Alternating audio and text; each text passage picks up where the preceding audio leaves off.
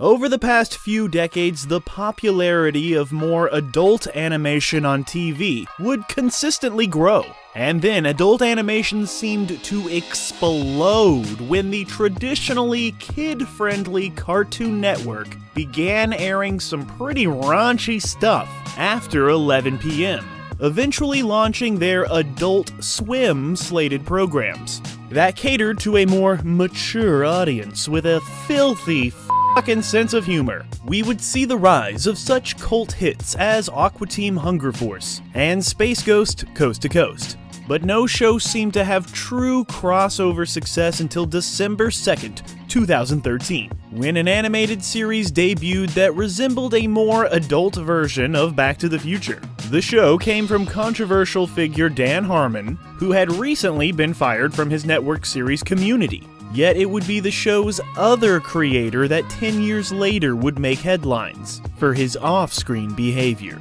It's time we look into the scandalous controversy, or the controversial scandal, that is surrounding Rick and Morty, and its co-creator, Justin Roiland. Hey, I'm hotshot voice actor Justin Roiland. Any fan of Rick and Morty knows that it toes the line of what you can get away with on TV. The show has never shied away from going places in the name of comedy. But when some of the text messages that Justin had sent out to various women were released, some of those more nasty, controversial jokes got a little less funny, if you thought about it. Rick and Morty began its life as a short animated film, which was a direct parody of Back to the Future. Doc and Marty, Rick and Morty, get it? At the time, Dan Harmon had made a name for himself with live-action shows, such as the Sarah Silverman program and, of course, Community. It would be during Dan Harmon's hiatus from Community, which was brought on because of his own highly publicized chaotic leadership approach, that Adult Swim would approach him to produce a new animated show for their network. Dan Harmon, having been a big fan of Justin's short, contacted the Doc and Marty creator, and the duo would transform the short into Rick and Morty. And yeah, Rick and Morty, it's a really interesting show. It'll gross you out, but it'll make you think. They perfectly play around with the science fiction genre, and yeah, it actually makes you think about, the universe and how time works and things like that. It's a unique show that's very well written and has an interesting animation style.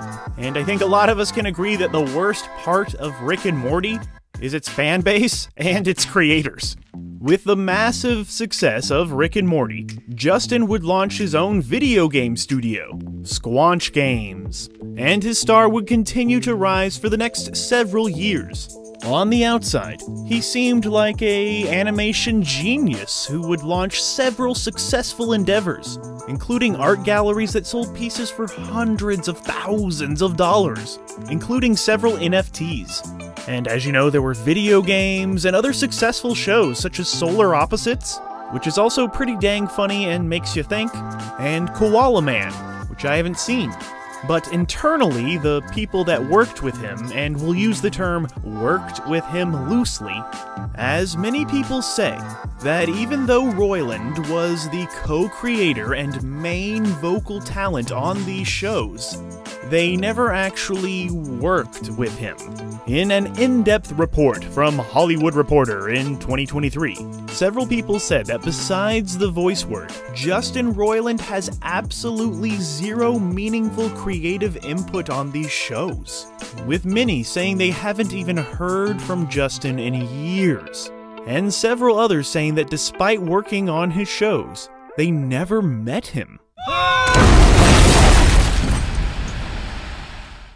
For Dan Harmon, the relationship had gotten so strained that by the time the accusations against Justin were made public, the duo hadn't even spoken for several years.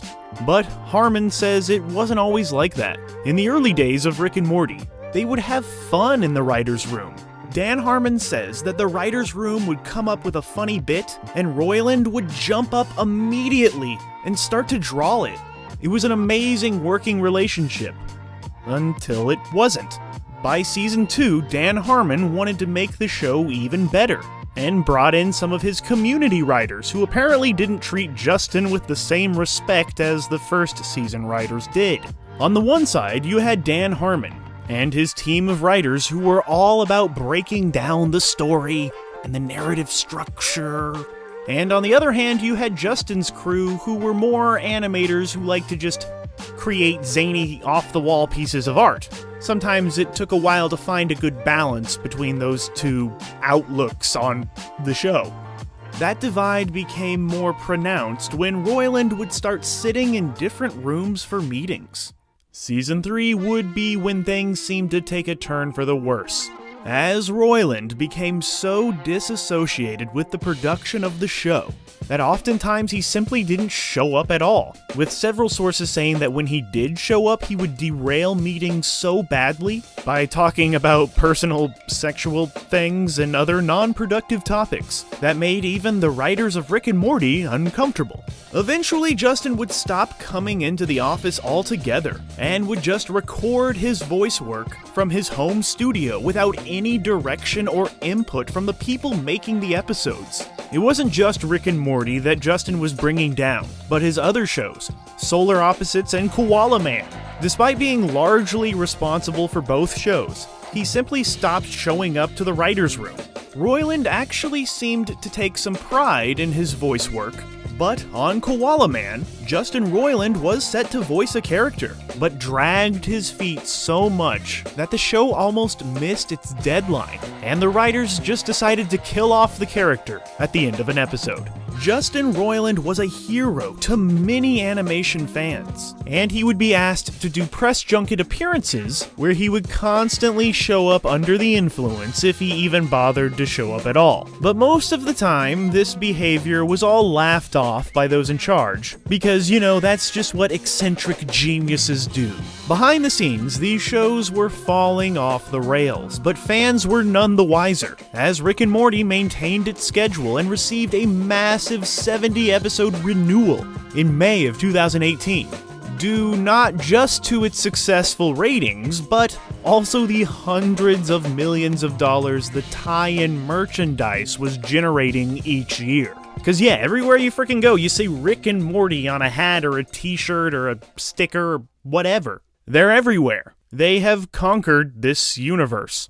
Rick and Morty. All new episodes begin Sunday, July 30th at 11:30. And then came January 12th, 2023. And everything that was not exactly a secret but not public knowledge either finally came to mainstream attention, when NBC News had an exclusive report that Roiland had been charged with felony domestic violence, along with false imprisonment, based off a complaint filed against the animator back in May of 2020.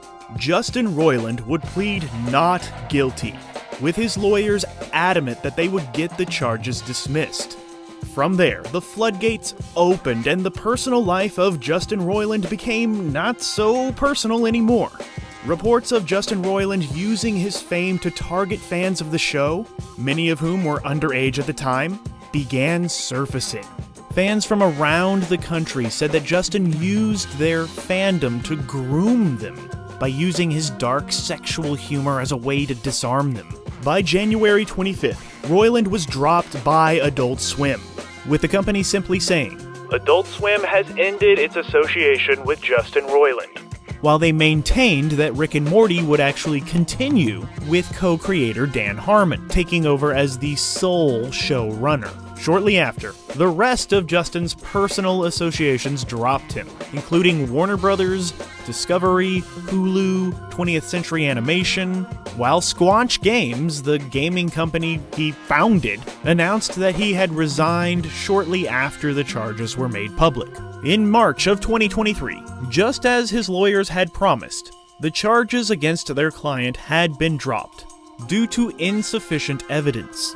Justin Roiland would release a statement saying that he was determined to move forward and focus on both his creative projects and restoring his good name.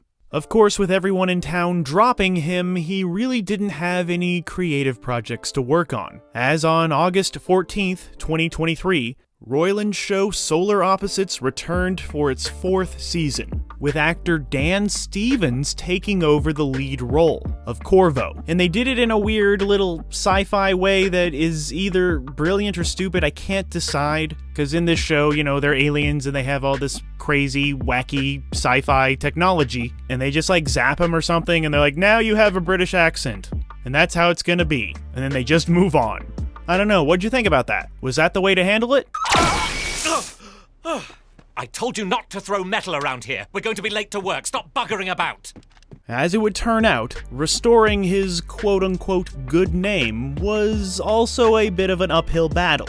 As of September of 2023, more allegations of sexual assault, grooming, and targeting of minors were reported by NBC News.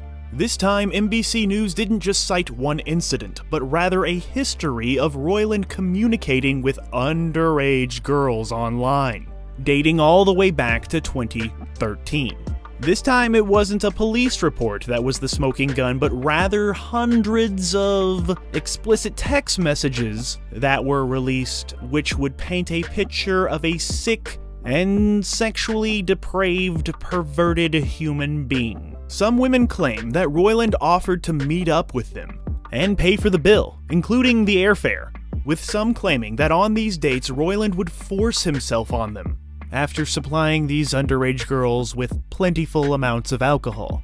And yeah, a few of these women admitted that they drank the alcohol of their own free will, but would also say that they never gave consent for anything sexual to happen, and that it was Roiland who took advantage of them by knowing the power dynamic between them, because these young girls idolized him, because they loved his cartoon.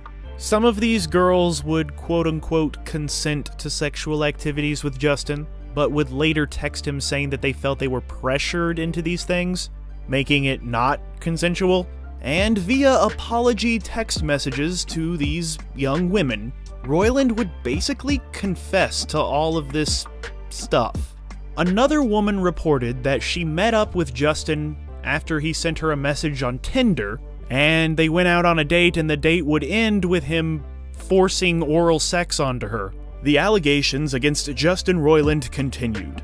A fan would write on social media that they were huge admirers of Rick and Morty. Justin would DM them, making small talk about Rick and Morty before asking if they were 18. If they said no, he would call them, quote, jailbait, and continue speaking to them for years until they turned 18, at which point he would continue his line of questioning that involved asking if they were into stuff, and then asking them to send photos of stuff and to meet up.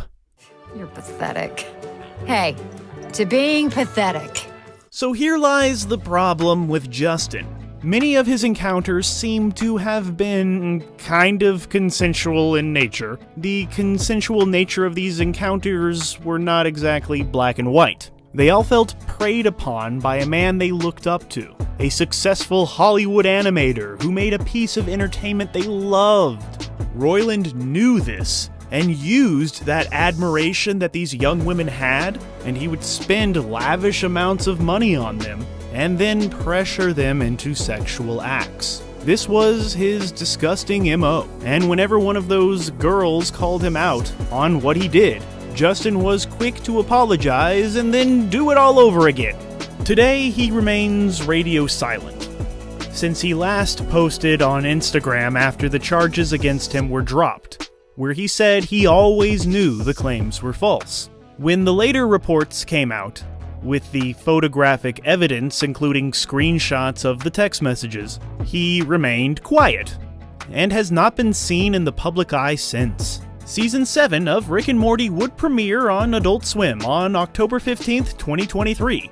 But for the first time in the show's history, the title characters were voiced by people who were not Justin Roiland. But there was still a bit of controversy as his name still appeared in the credits as the executive producer, a credit he would have for the remainder of the series, as he is a creator of the series, and the TV rules say that he has to get credit, even though he has absolutely nothing to do with Rick and Morty. So the question now is, with all of these scandalous controversies or controversial scandals surrounding Justin Roiland, will we ever see another project bearing his name again? And do we want to? Hollywood can be a forgiving town, but the things that he did seem to be a step beyond a situation where you can be like, I got help and I'm better now. It's not one of those comeback stories that Hollywood loves. But who knows? Maybe it can be, because anything can fucking happen here.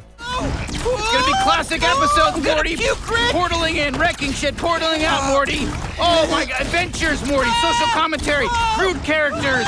Here we go, Rick and Morty time. He is a man who helped create one of the best adult animated series of all time.